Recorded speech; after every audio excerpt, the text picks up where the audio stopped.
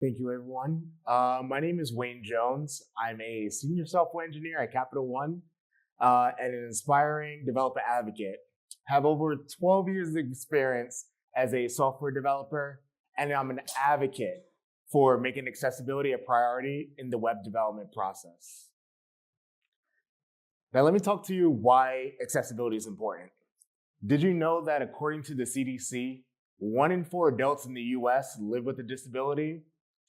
And accessibility isn't just for permanent disabilities. Think about someone with a broken arm or someone that has eye strain from looking at a screen for too long. Accessibility helps everyone.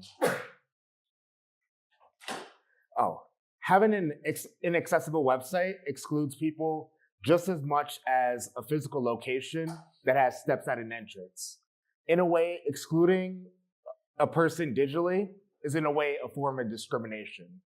And in the United States, companies could be held liable for failing to create an accessible website, and we're seeing more and more companies being sued for accessibility violations. Even in some states, there have been bills that have been introduced so that even individuals could be held liable. Luckily, in this, none of the states have passed a law like that, but it has been discussed. So I don't know about you guys, but I want to save money. I don't want to get any lawsuits. So when thinking about web accessibility, it's good to keep in mind the 4 principles of accessibility known as the POUR framework. The first of which is perceivable. In order for things to be perceivable, the information on the page must be presented in a way that is not invisible to all the user's senses. Some users find it hard to read, view, and even hear content. In such cases, there must be alternative ways for the user to perceive that same information. For example, using text alternatives for non-text content, such as images, providing captions for multimedia video, and even providing correct color contrast can help the user perceive that information in other ways. Second is operable. In order for things to be operable, the user interface must be designed in a way to allow users to operate it. The user interface cannot require an interaction that the user cannot perform. So things such as having time-limited interactions or user interfaces that only have actions that are accessible via mouse are not, in a sense, operable. Some examples on how to make things operable is to allow the navigation of a UI through keyboard. Allowing users to know where they are on the page, as well as using semantic HTML is vital and can help out with operability. Understandable. In order for things to be understandable, the user must be able to understand the information on the page. Using acronyms and jargon might be confusing for those that are unaware of the meaning behind those acronyms. Providing helpful error messages, using plain language and adding more descriptive text. So instead of click here, you can say navigate to this page for more information. And adding labels for input fields would make things more understandable for that user. And lastly, robust. In order for things to be robust, the content must be able to be reliably interpreted by a wide variety of user agents, including assistive technologies. As technologies advance, the content should still remain accessible. So using semantic HTML can ensure compatibility with current and future user agents, including assistive technologies. And if you have to, you can also utilize ARIA roles to enhance accessibility where native HTML falls short. So now that we covered the 4 principles of accessibility, let's dive into some practical techniques that you can use in your React applications to improve accessibility. While this is in React, these techniques can be applied to any web development framework or library. So the first, semantic HTML. Using semantic HTML elements is crucial for accessibility. For example, you should use a button tag instead of a div tag with the role of a button. This ensures that assistive technologies can correctly identify the element and provide the appropriate functionality. Focus management. Managing focus is essential for keyboard users. In this example, you have a modal component that takes in the props is open, which handles the visibility of the modal, and then on close, which handles the function of closing the modal. When a modal opens, you should set the focus to the first interactive element. In this case, it is the close button. This ensures that users can easily interact with the modal without having to navigate through the entire page. Granted, using semantic HTML, there's a tag called the dialog tag that you can use to do the same without having to do your own logic for managing focus. ARIA roles and attributes. ARIA roles and attributes can enhance accessibility when native HTML elements fall short. Let's say you have a drop-down list box that takes in a label and options as props. You have a button with ARIA has pop-up and ARIA expanded, which when clicked on would indicate and handle the drop-down state of the list box. The list box itself has the role list box for the drop-down menu, and each of the items within the list box also has the role option for each item.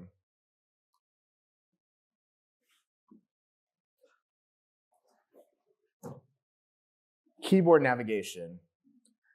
Allowing your user interface to be keyboard navigatable would allow every interactive element to be reachable and operable. In this example, we have a component that has a tab panel, which displays content depending on which tab is active. We use ARIA roles here, such as tab list, tab, and tab panel for each of the different interactive elements. We also use ARIA selected and to tell the screen reader users that this is the current button or tab that is selected in the tab panel. We also use tab index to disable the interactivity of the other buttons that aren't selected in that tab panel. We also wanted to mention that, I already mentioned tab index, that we disable the interactivity of the buttons that aren't selected. And so in a way, since we are overriding the nature of the button, the interactivity of the button, we now had to create this other function to sort of handle the keyboard functionality. So we created this function called handle key down, and on key down, meaning the event, we essentially take the event that's fired, and if the event is either an arrow right or arrow left, we set the active tab state for the tab panel, and thus showcase the active tab panel that has the content. Now, there are some common misconceptions, common barriers for accessibility, and I want to go over that briefly. The first is time to market. Usually it's a race to develop a fast, viable working product, and accessibility is like the last thing that's on these companies' minds. Knowing how to test. One common complaint is that developers don't know how to test for accessibility using assistive technologies such as readers or tools. Time it takes to test. Another complaint is that companies say it takes a while to build for accessibility, but if you build a website with accessibility in mind, it won't take any more time to develop. And then the last one, why improve on things you can't see?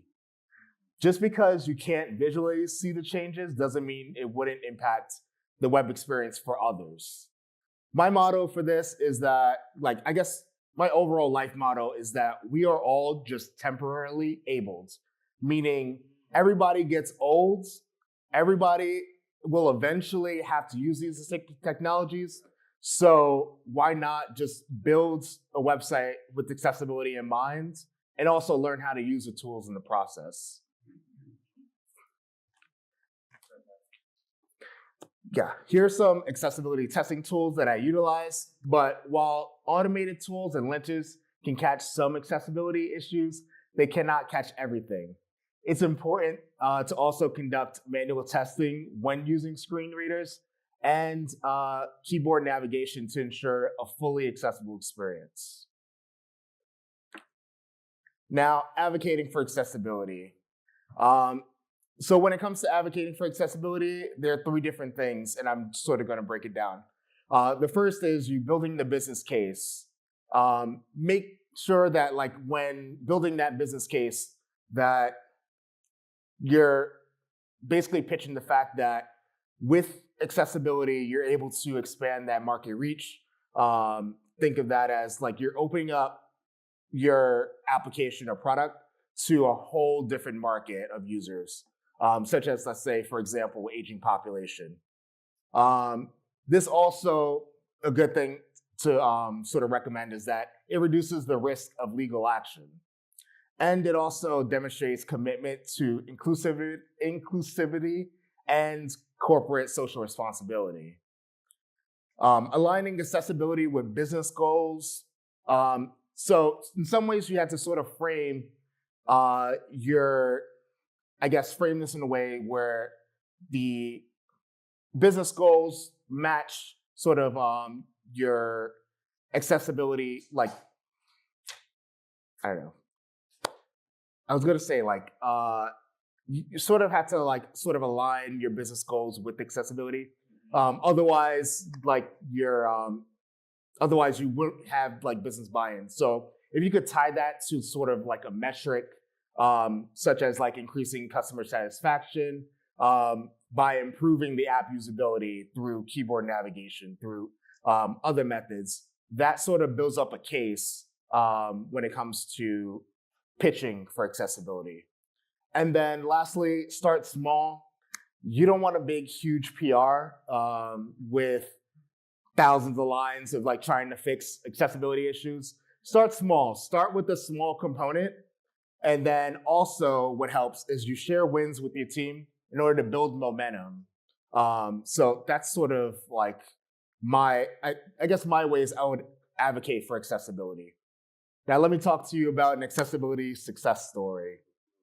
So for me, a couple years ago, I worked for a digital agency, and Jovia Financial came to us as a client in order to make sure that the website, jovia.org, was fully compliant.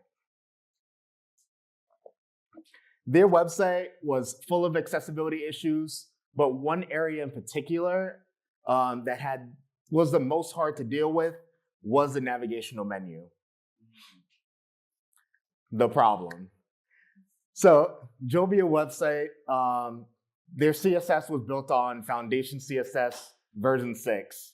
And the navigational bar itself was built from a component from Foundation, and it was inaccessible. Even though the website claimed that their framework was fully accessible, this wasn't the case.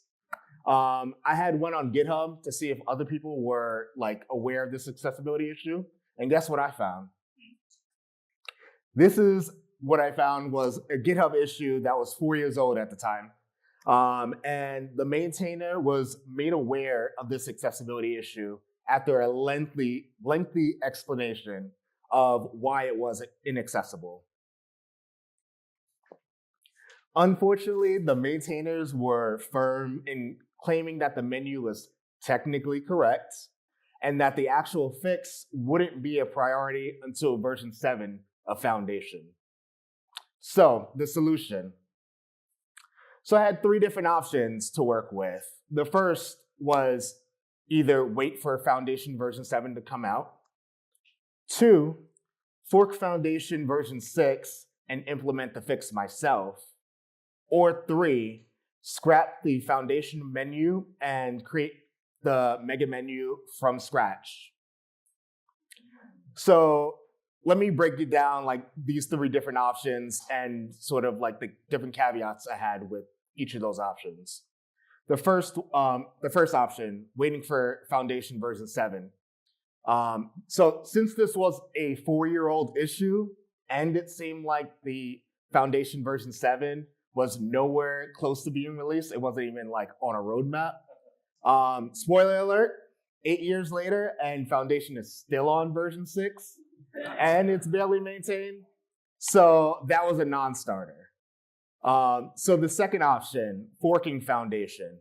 Forking Foundation version 6 would mean taking on tech debt and having to maintain this source code ourselves. And I didn't want to really put like us through that. And then the third option, building the menu from scratch, would take time, but it would also ensure that every element of the menu is accessible.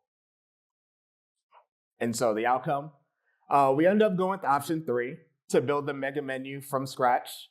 I combined using both automated tools and manual tests for my audit of the Jovia website. And it ended up with these results. The first result, improvement. Oh, thank you. Thank you. You can clap.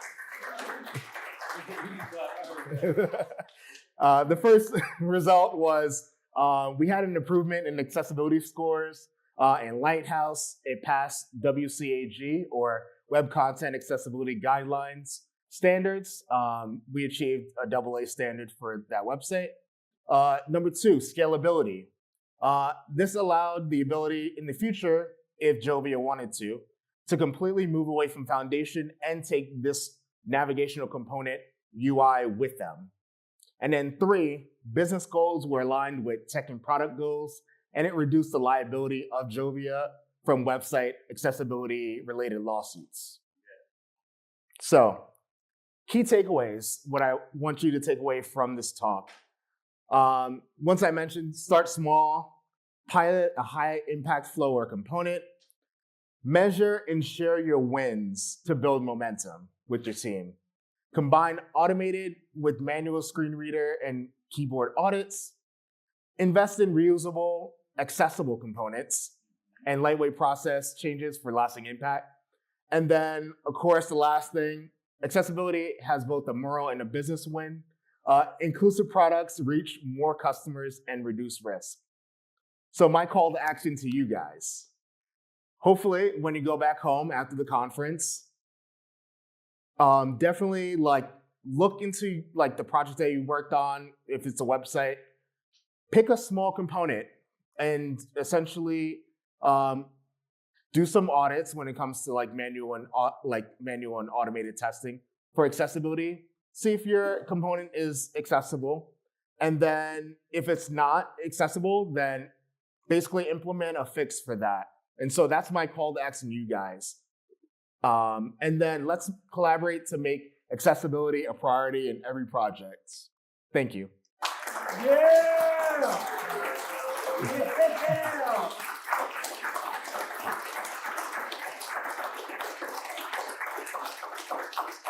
Yo, since I have time, let me take a photo because I need to do this. All right. Thank you so much. Yes.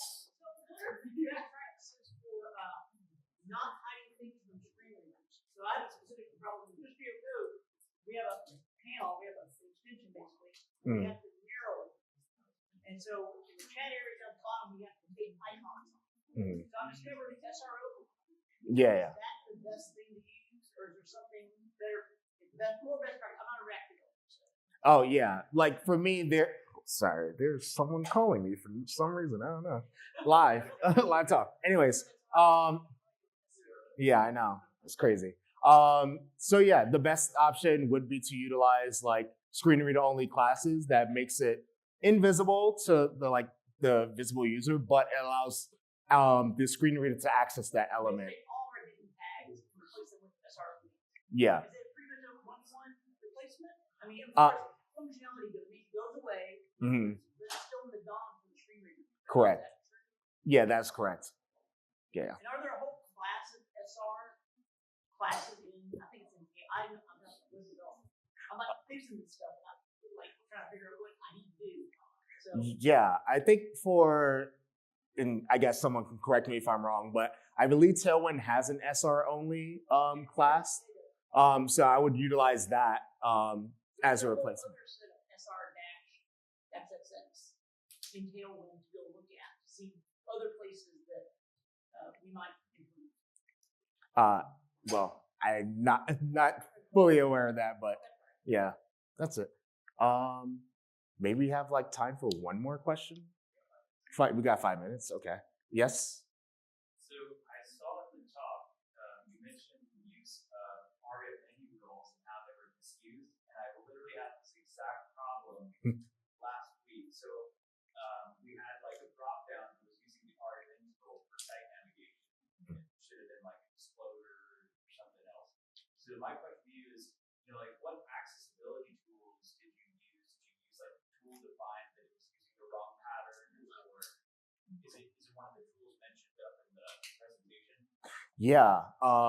So I guess for people on the live stream, so the question is, how did I find that accessibility issue when it came to the Jovia website? And so one of the tools that we utilized was Site Improve. And that sort of flagged to us that the menu from Foundation was inaccessible. Yeah. So I would recommend like utilizing tools like that, Site Improve. There's like Ghost Inspector as well. Yeah, I was like, there's a lot of tools out there to sort of detect accessibility issues. Cool. All right, we have 2-3 more minutes. Yes. What do you use for automated testing? For automated testing, we utilize I guess currently at Capital One, we use Invice for accessibility testing, and then we utilize for like unit testing. I guess it varies based on team, but we use Storybook tests for everything. They have also accessibility add-on that also manages and runs like a suite of like different checks for accessibility. So I'd recommend that. Cool. And one more, yeah.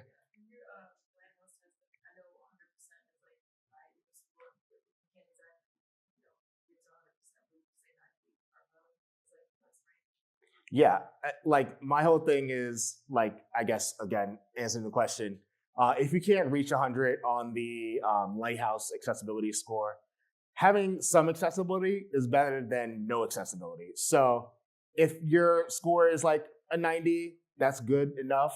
If it's 100, even better. So that's what I would say. All right, I think we're out of time. So thank you so much.